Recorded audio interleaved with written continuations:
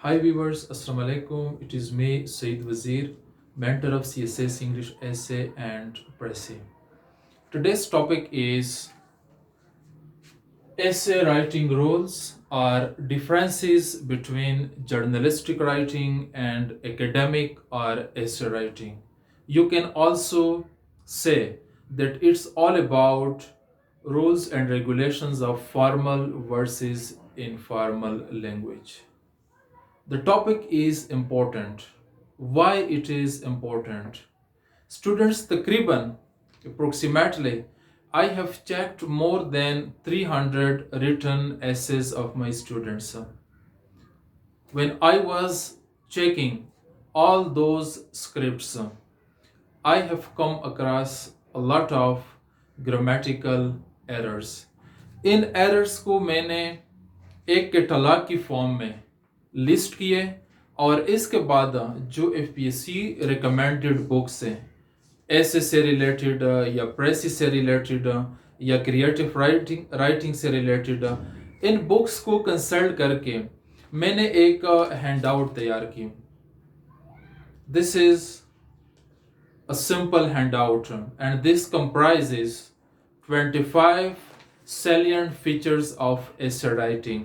To begin with, number 1, slang or colloquial vocabulary or words. Number 2, phrasal verbs. Number 3, abbreviation के अंदर हम initialism को, acronym को और contraction या contracted forms को हम डिस्कस करेंगे. Number 4, ellipses. Number 5, lack of variation of sentences. Number 6, interrogative sentences or question tags. Number 7, exclamation marks. Number 8, first, second person pronoun. Number 9, passive voice. Number 10, idioms. Number 11, sentence with coordinating conjunctions. Number 12, objectivity. Number 13, emoticon. Number 14, quotes या quotation. Number 15, neologism. Number 16, figures versus words. Number 17, complex structure या complex style. Number 18, punctuation. Number 19, headings. Number 20, paradynamics. Number 21, cliches. Number 22, parts. Number 23, abbreviated forms या shortened forms या foreign language words abbreviations. Number 24, style versus content. Number 25, organization. अब students इस hand out से मैं practical examples के साथ each and every point को मैं एक्सप्लेन करूंगा. नंबर 1 जो यहाँ पे मैंने लिस्ट किया, स्लैंग और कलोक्वियल वोकैबुलरी. मैं आप लोगों के साथ एग्जांपल शेयर करता हूँ, ठीक है. पहले हम स्लैंग को डिफाइन करते हैं. Something related to spoken rather than written form of writing. Standard discourse के अंदर आप इस वोकैबुलरी को, इन वर्ड्स आइटम्स को आप इस्तेमाल नहीं कर सकते. स्पोकन में they are good but they are bad in written. यहाँ पे मैं एक दो एग्जांपल्स आप लोगों के साथ शेयर करूंगा. ओ माई गॉड, OMG, वाना, गौना, चिकन, थर्स्टी. चिकन अक्सर नॉट ब्रेव के सेंस में. थर्स्टी अटेंशन सीकर के सेंस में. ये एक्सक्लेमेशन के तौर पे ओ माई गॉड, वाना, ठीक है, वांट टू, गाना, गोइंग टू. तो ये जो स्पोकन फॉर्म में हम इस्तेमाल करते हैं, इस तरह के वर्ड्स हम रिटन फॉर्म में इस्तेमाल नहीं करते, ठीक है. They are good for spoken rather than written form of writing, and this is called colloquial vocabulary or slang words or slang terms. अभी मैं सेकंड पॉइंट की तरफ आऊंगा, that is phrasal verb. What is a phrasal verb? Phrasal verb is a combination of a verb plus preposition. Verb plus preposition. Let's suppose give up, bear with. यहाँ पे students ये important point आप लोग note करें कि अगर आपके पास single words है, सिंगल वर्ब्स है, तो आप लोग फ्रेजल वर्ब्स को ज्यादा यूज ना करें। अगर आपके पास सिंगल वर्ड्स नहीं तो बेशक आप यूज करें। There is no such compulsion कि आप फिर इनको यूज भी ना करें। अगर आपके पास है यूज करें, अगर नहीं है तो फिर यहाँ पे देख लें, गिव अप के लिए हम इस्तेमाल करते हैं अवॉइड। बियर विद को हम इस्तेमाल करेंगे टॉलरेट के सेंस में। अवॉइड छोड़ना, बियर विद टॉलरेट बर्दाश्त करना। ठीक है students, try your level best to avoid using phrasal verbs in your writing, specially comprehension writing में और प्रेसी राइटिंग में अवॉइड करें ऑल टुगेदर। ऐसे राइटिंग में if you have sufficient vocabulary, if you have developed sufficient vocabulary, collocationally well defined vocabulary, तो first आप phrasal verbs को avoid करें। अगर आपके पास सिंगल वर्ब्स नहीं तो बेशक आप फ्रेजल वर्ब्स यूज करें। ठीक है। नंबर थर्ड में एक्सप्लेन करूंगा एब्रिविएशन या इनिशियलिज्म को, एक्रोनिम को, कंट्रैक्टेड फॉर्म्स को। यहाँ पे स्टूडेंट्स ये इंपॉर्टेंट है एब्रिविएशन। एब्रिविएशन में नंबर 1 हमारे पास आएगा इनिशियलिज्म, नंबर 2 हमारे पास आएगा एक्रोनिम, नंबर 3 हमारे पास आएगा कंट्रैक्टेड फॉर्म्स। ये स्टूडेंट्स अभी इंपॉर्टेंट है। Abbreviation shorten forms of words. ठीक है। अब यहाँ पे मैं आपको एक्सप्लेन करके बताता हूं। इनिशियलिज्म लाइक OIC या FIA, एक्रोनिम लाइक नेब या सार्कम, नेब या sarcam. Contracted forms can not, do not, does not, will not, shall not. यहाँ पे स्टूडेंट्स ये चीज बहुत इंपॉर्टेंट है। इनिशियलिज्म, एक्रोनिम या कंट्रैक्टेड फॉर्म्स, जब भी आप OIC या नेब जब फर्स्ट टाइम आप लिखेंगे तो आप फुल फॉर्म में लिख लें। ठीक है। इसी तरह ये एब्रिविएटेड फॉर्म में ना लिखें। जब आप नेक्स्ट लिखेंगे नेक्स्ट पैराग्राफ में या सेम पैराग्राफ में, ठीक है, तो फिर आप बेशक इनके एब्रिविएटेड फॉर्म यूज करें। यहाँ पे एक चीज है, इनिशियलिज्म के साथ हम आर्टिकल द लगाएंगे और एक्रोनिम के साथ हम आर्टिकल द नहीं लगाते, आर्टिकल द हम इस्तेमाल नहीं करते। Why? Initialism are spelled as letters OIC या FIA, और आपके जो एक्रोनिम्स है they spelled as actual words. ये डिफरेंस आप लोग अंडरस्टैंड करें।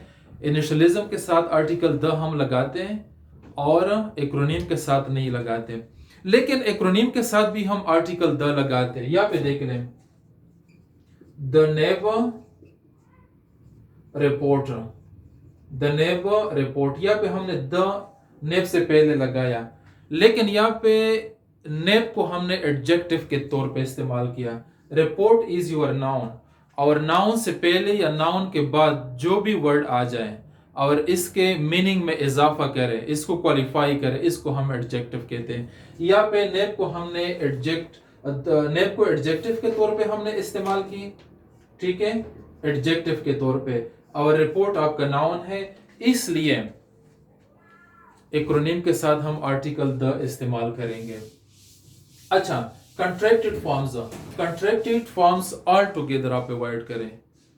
कैन नॉट फुल लिखेंगे, shall not, will not, do not, does not, were not, was not, कोई एपोस्ट्रोफी के साथ इनको शॉर्टन न करे, इनको कंट्रैक्ट न करे, इनको कंप्रेस न करे, फुल फॉर्म्स में लिख लें। Point number 4, एलिप्सिज्म।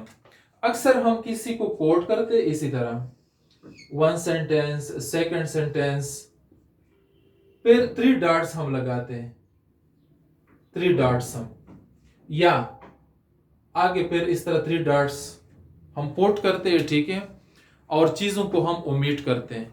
कभी भी एकेडमिक राइटिंग में, ऐसे राइटिंग में आप एलिप्सिस यूज ना करें, ये 3 dots.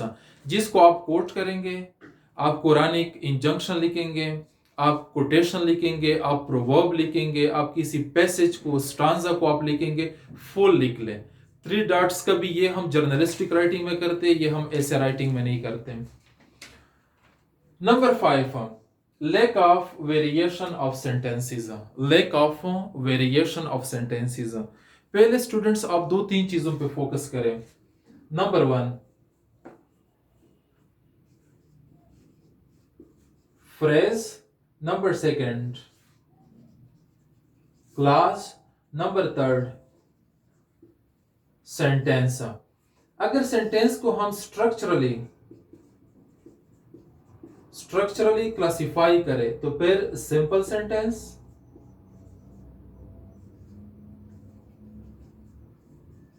Complex sentence, compound sentence और कंपाउंड कॉम्प्लेक्स सेंटेंस। 1, 2, 3, 4। स्टूडेंट्स, जब भी आप राइटिंग करेंगे ऐसे में, प्रेसी में, स्पेशली ऐसे में, तो आप वेरिएशंस को अप्लाई करें सेंटेंस के हवाले से। सिर्फ एक फॉर्म में लिखने की कोशिश ना करें। क्लास को आप अंडरस्टैंड करें, इंडिपेंडेंट क्लास, डिपेंडेंट क्लास। इसी तरह सेंटेंस को आप अंडरस्टैंड करें, simple sentence, complex sentence, compound sentence, compound complex sentence. ठीक है, एक हमारे पास स्ट्रक्चरल क्लासिफिकेशन है और एक फंक्शनल। अभी हम स्ट्रक्चर पे फोकस करेंगे। आप डिफरेंट फॉर्म्स यूज करें, कभी आप सिंपल में लिखने की कोशिश करें, कभी कंपाउंड में, कभी कॉम्प्लेक्स में। अगर आप सिर्फ एक फॉर्म में लिखने की कोशिश करेंगे, दिस विल बी बोरिंग। तो ये 4 फॉर्म्स जो मैंने आपको बताए, सिंपल, कॉम्प्लेक्स, कंपाउंड और कंपाउंड कॉम्प्लेक्स, चारों को आप इंश्योर करें। नेक्स्ट, इंटरोगेटिव और टेक क्वेश्चंस या क्वेश्चन सेंटेंसेस। क्वेश्चन सेंटेंसेस, इसमें हम क्वेश्चन करते हैं, इंटरोगेशन, ठीक है, क्वेश्चनिंग का। स्टूडेंट्स, आउटलाइन में बिल्कुल क्वेश्चन ना करें, सिंपल डिक्लेरेटिव फ्रेजेस में लिखने की कोशिश करें, ठीक है। इसके अलावा ऐसे के अंदर इंट्रोडक्शन, बॉडी और कंक्लूजन। कंक्लूजन में तो सवाल ही पैदा नहीं होता। हाँ, बॉडी में आप कर सकते हैं, दोज आर प्रोबिंग क्वेश्चंस। अगर आप लोग करेंगे तो आप लोग प्रोबिंग क्वेश्चंस को सर्च करें और in true letter and spirit understand करें। बाकी राइटिंग में 5 W's पे, why, what, where, when, which, ये 5 W's ये हम जर्नलिस्टिक राइटिंग में करते हैं। ऐसे राइटिंग में हम क्वेश्चन नहीं करते। अगर हम करते हैं, those are probing questions and those questions are different. Next जो हमारा टॉपिक है, heading, that is exclamation mark. That is exclamation mark. Exclamation mark students, अक्सर ये मैं आपको बताता हूं,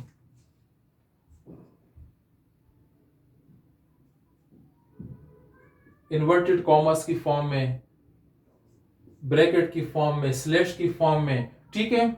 exclamation, surprise, astonishment, grief, strong feelings जब हम एक्सप्रेस करते हैं, ठीक है स्टूडेंट्स, ये बिल्कुल ना करें, क्योंकि this is your formal academic writing. Exclamation marks आप कम से कम इस्तेमाल करें ऐसे में। नेक्स्ट जो हमारा पॉइंट है, दैट इज प्रोनाउन से रिलेटेड। प्रोनाउन, आई, वे, यो, ये आपके फर्स्ट सेकंड पर्सन प्रोनाउन, इनको आप कभी भी यूज ना करें राइटिंग में। ही, शे, it, they, third person pronoun आप यूज करें। फर्स्ट पर्सन प्रोनाउन अवॉइड करें, सेकंड अवॉइड करें, थर्ड पर्सन प्रोनाउन लेकिन थर्ड पर्सन को भी आप अवॉइड कर सकते हैं।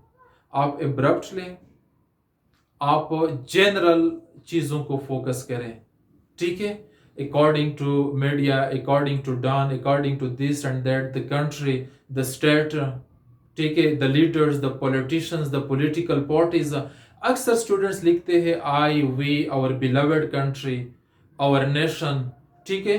तो ये first person pronoun, second person pronoun बिल्कुल अवॉइड करें।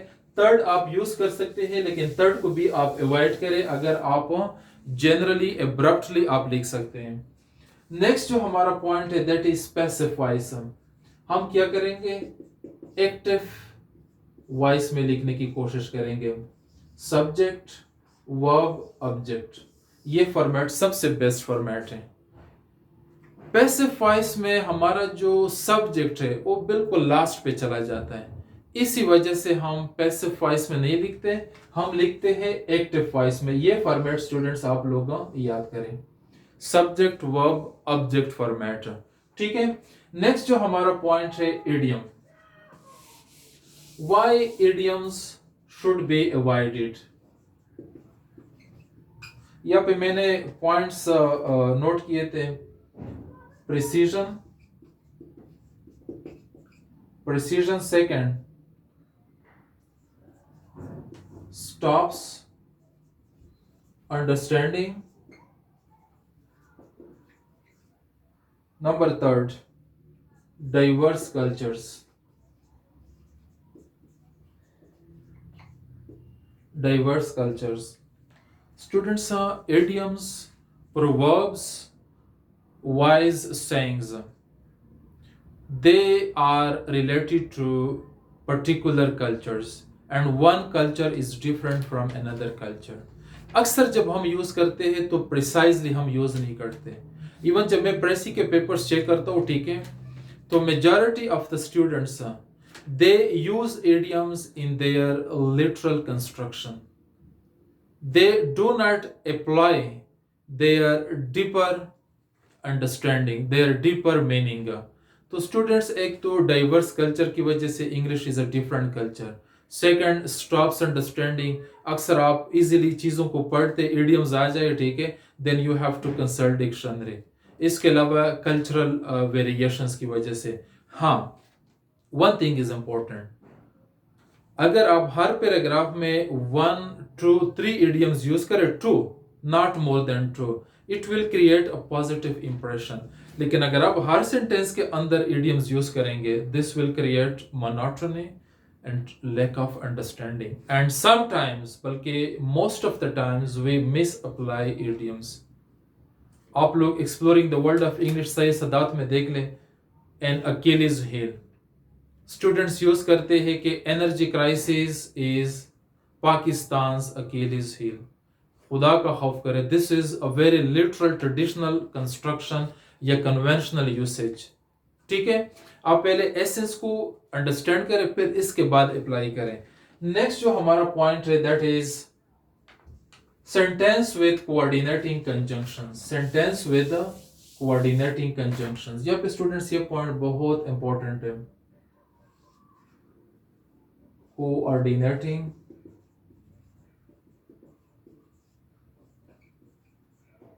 कंजंक्शन, पहले मैं कंजंक्शन को डिफाइन करूं। It's a part of speech जिसके जरिए हम वर्ड्स, फ्रेजेस, क्लॉजेस, सेंटेंसेस या पैराग्राफ्स को आपस में जोड़ते हैं, कोऑर्डिनेट करते हैं या लिंक करते हैं। 3 मेजर टाइप्स हैं: coordinating conjunction, subordinating conjunction, correlative conjunction. Coordinating conjunction compound sentences में, सबऑर्डिनेटिंग कंजंक्शंस कॉम्प्लेक्स सेंटेंसेस में, कोरिलेटिव कंजंक्शन वर्ड्स या ग्रुप ऑफ वर्ड्स में हम इस्तेमाल करते हैं। अक्सर students fanboyism, FANBOYS, mnemonic device है, ये आपके कोऑर्डिनेटिंग कंजंक्शंस है। जब आप सेंटेंस शुरू करेंगे आल्सो, एंड, बट, सो, इनसे आप ना करें। आप ट्रांजिशनल वर्ड्स एंड फ्रेजेस या डिस्कोर्स मार्कर्स को आप कंसल्ट करें। स्टूडेंट्स, डिस्कोर्स मार्कर्स आप कंसल्ट करें, इनसे आप सेंटेंस बिगिन करें, ठीक है, लेकिन आप कोऑर्डिनेटिंग कंजंक्शंस के साथ सेंटेंस शुरू ना करें। एक दूसरी चीज, देयरफॉर से बी सेंटेंस आप शुरू ना करें, यह गलत है। देयरफॉर अगर सेंटेंस के दरमियान में आ जाए तो यहाँ पे पहले बी कॉमा लगा दें और देयरफॉर के बाद बी लगा दें। अगर सेंटेंस के दरमियान में आ जाए, देयरफॉर से आप सेंटेंस शुरू ना करें। नेक्स्ट जो हमारा पॉइंट है, objective. What is objective? Objective का मतलब है कि आप personal likes and dislikes writing के अंदर ऐड ना करें। ऑब्जेक्टिव का मतलब यह है कि you are factual, you are authentic, you are credible, you are neutral. Factually documented data पे बात करें, सेंटिमेंट्स पे बात ना करें, इमोशंस पे बात ना करें। You have to appeal to the writer's intellect, writer's के इंटेलेक्ट को, रैशनल फैकल्टी को आप लोग अपील करें। नेक्स्ट हमारा जो पॉइंट है दैट इज इमोटिकम। इमोटिकम ये स्टूडेंट्स व्हाट्सएप, फेसबुक की वजह से आजकल जब मैं स्क्रिप्ट चेक करता हूं तो facial expressions, expression of happiness, of sadness, of confusion, of surprise, of astonishment, ये स्टूडेंट्स लिटरली पेंट करते, ड्रा करते, ये ना करें। इमोटिकम्स ये हम जर्नलिस्टिक में कर सकते हैं, एकेडमिक में नहीं कर सकते। नेक्स्ट जो हमारा पॉइंट है students that is quotes. Quotes जब भी स्टूडेंट्स आप लोग कोटेशंस रेफरेंस के तौर पे ऐसे में पुट करेंगे तो इंट्रोडक्शन में नहीं, बॉडी में और कंक्लूजन में। और बॉडी में भी आप टॉपिक सेंटेंस के तौर पे कोटेशन, रेफरेंस के तौर पे, सपोर्ट के तौर पे, आर्ग्यूमेंट के तौर पे कभी भी पुट ना करें। और कोटेशन स्टूडेंट्स दो तरीके हैं, यहां पे मैं आपको बताता हूं। Abraham says, comma, democracy, inverted commas, inverted commas begin, inverted commas close. अगर आप इस तरह लिखेंगे अब्राहम सेज अबाउट डेमोक्रेसी तो कोलन लगाएंगे। यहां पे मैंने कोलन लगाया ऑब्जेक्ट की वजह से, कोलन, और यहां पे मैंने कॉमा लगाया सिर्फ वर्ब की वजह से। अगर आप सिर्फ सेज तो फिर कॉमा, अगर आप ऑब्जेक्ट इंट्रोड्यूस करेंगे रिपोर्टिंग स्पीच में तो फिर आप कोलन के साथ करेंगे। This is the most feasible या you can say authentic form of writing your quotation. Next student हमारा जो पॉइंट है that is neologism. Neologism in order to impress our examiner. यहाँ पे मैंने स्टूडेंट्स 2-3 वर्ड्स नोट किए थे। साइबर स्पेस, फेमिनिज्म,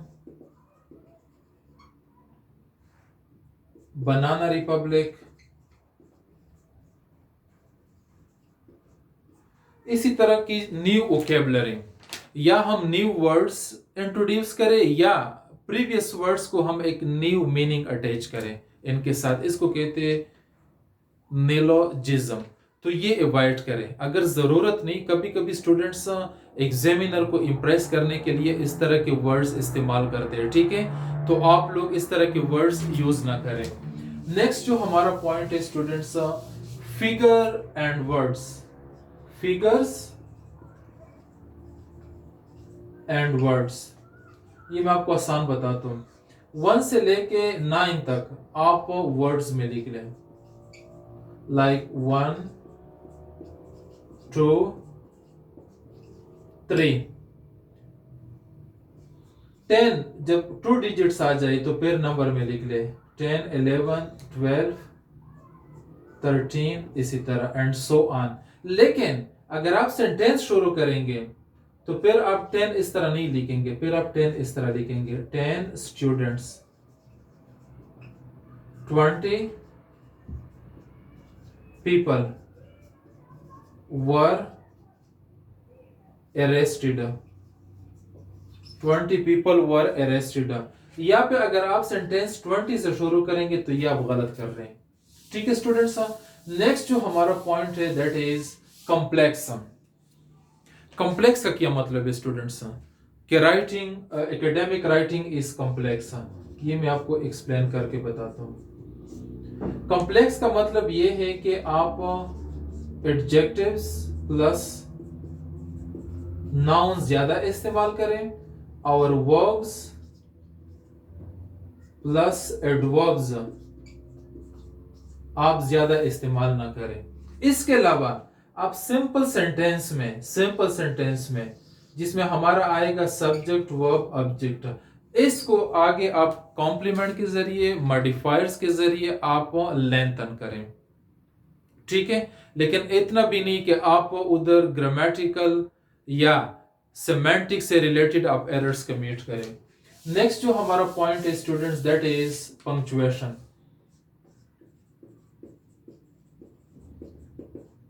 पंक्चुएशन में students full stop, comma, colon, semicolon, inverted commas, ठीक है, डैश। आप लोग कोशिश करें कि कॉमा, कोलन और सेमीकोलन ये तीन चीजों पे आप फोकस करें। Why we use punctuation? Punctuation हम मीनिंग के लिए, सेंस के लिए, ऑर्गेनाइजेशन के लिए, सीक्वेंस के लिए या अपने राइटिंग के अंदर ऑर्गेनाइजेशन, ऑर्डर, फ्लुएंसी लाने के लिए हम पंक्चुएशन इस्तेमाल करते हैं। Majority we misapply colon, semicolon and comma. तो आप लोग इन तीन पंक्चुएशंस पे या पंक्चुएशन पॉइंट्स पे आप फोकस करें। Next headings. स्टूडेंट्स ऐसे में इंट्रोडक्शन से लेके बॉडी से लेके कंक्लूजन तक कोई सिंगल हेडिंग भी आप ना दें। एक सिंगल हेडिंग भी आप देने की कोशिश ना करें। और ये हम जर्नलिस्टिक राइटिंग में करते हैं, हेडिंग्स, सब हेडिंग्स। हाँ, आउटलाइन में आप जरूर हेडिंग्स में अपने आउटलाइन को फ्रेम करेंगे। ठीक है, नेक्स्ट जो हमारा टॉपिक है that is paragraph dynamics. Paragraph dynamics students, paragraph dynamics के हवाले से I will tell you something important. हर पैराग्राफ की एक इंट्रोडक्शन है, फिर इसकी बॉडी और फिर इसकी कंक्लूजन। ये पैराग्राफ की मैं बात करता हूं। बॉडी में आप एक मेजर आइडिया इंट्रोड्यूस करेंगे फर्स्ट सेंटेंस में। इस फर्स्ट सेंटेंस को पूरे इस बॉडी के अंदर आप एक्सप्लेन करेंगे।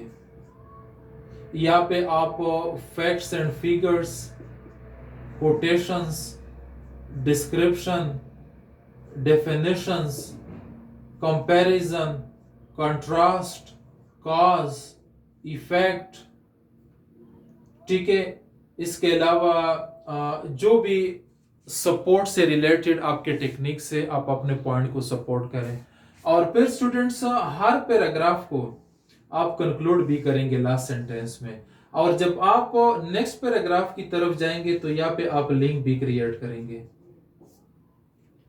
जर्नलिस्टिक राइटिंग में इतने टेक्निकलिटीज को हम फोकस नहीं करते हैं, इसलिए ऐसे राइटिंग के different fundamentally important rules and regulations है। नेक्स्ट जो हमारा पॉइंट है students that is parts, sorry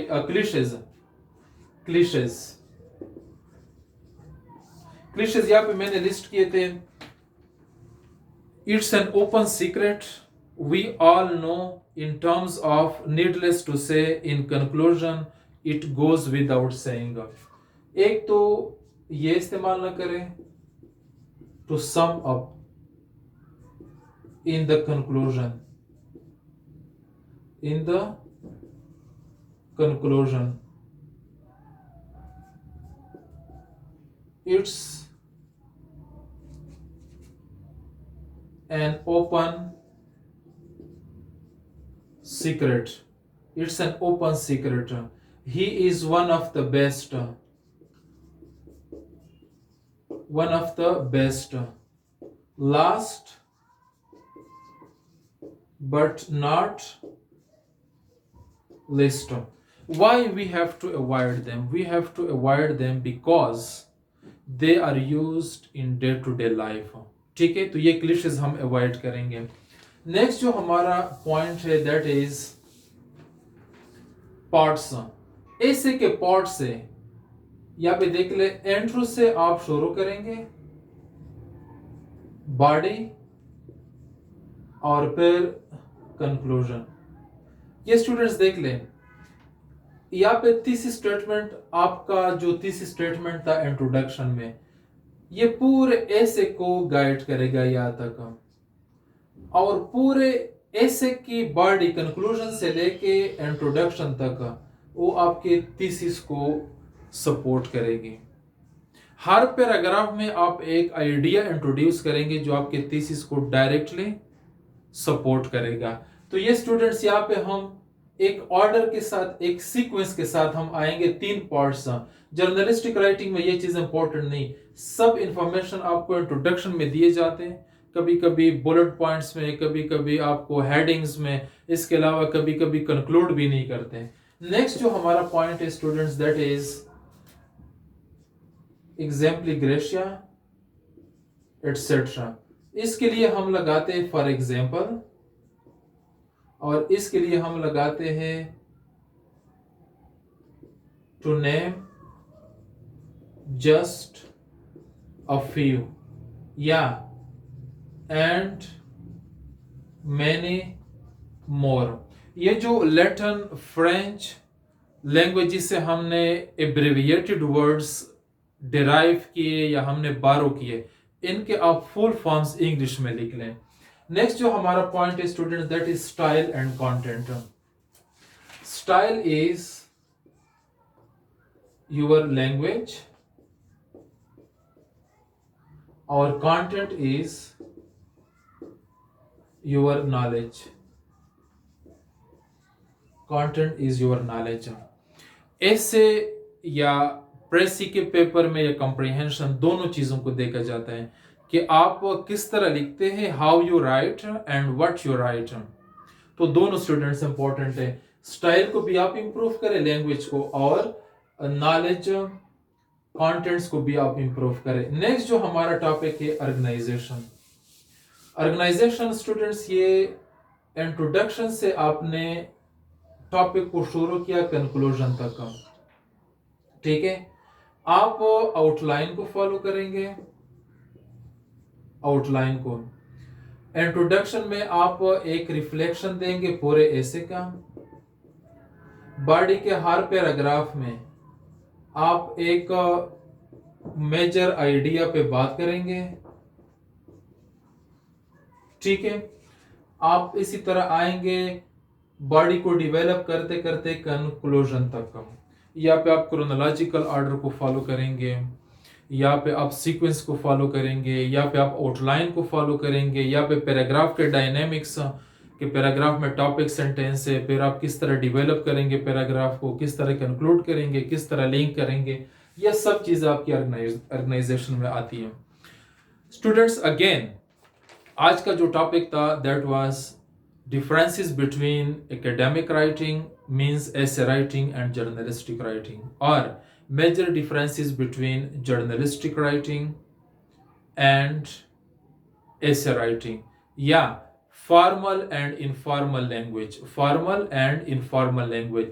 ये जो 25 पॉइंट्स मैंने आप लोगों के साथ स्टूडेंट्स शेयर किए, आप खुद भी गूगल करें, एक के ठलाक बना दें इन चीज़ों की, और बार बार पढ़ने की कोशिश करें. Video, listen to the video, add all the points, क्योंकि first time you will be unable to understand all the points. Listen to it once और twice, you will overcome, you will be able to write errors free language. Till then, students, आई से अल्लाह हाफिज. आपके जो भी queries है, जो भी comments है, जो भी डिफिकल्टीज है, you people can ask me, you people can give me your feedback, you people can comment, you people can share. और जो भी आपके difficult topics है, you can indicate, you can intimate them to me. I will make videos on those topics in the coming lectures. Till then, Allah Hafiz. So nice of you.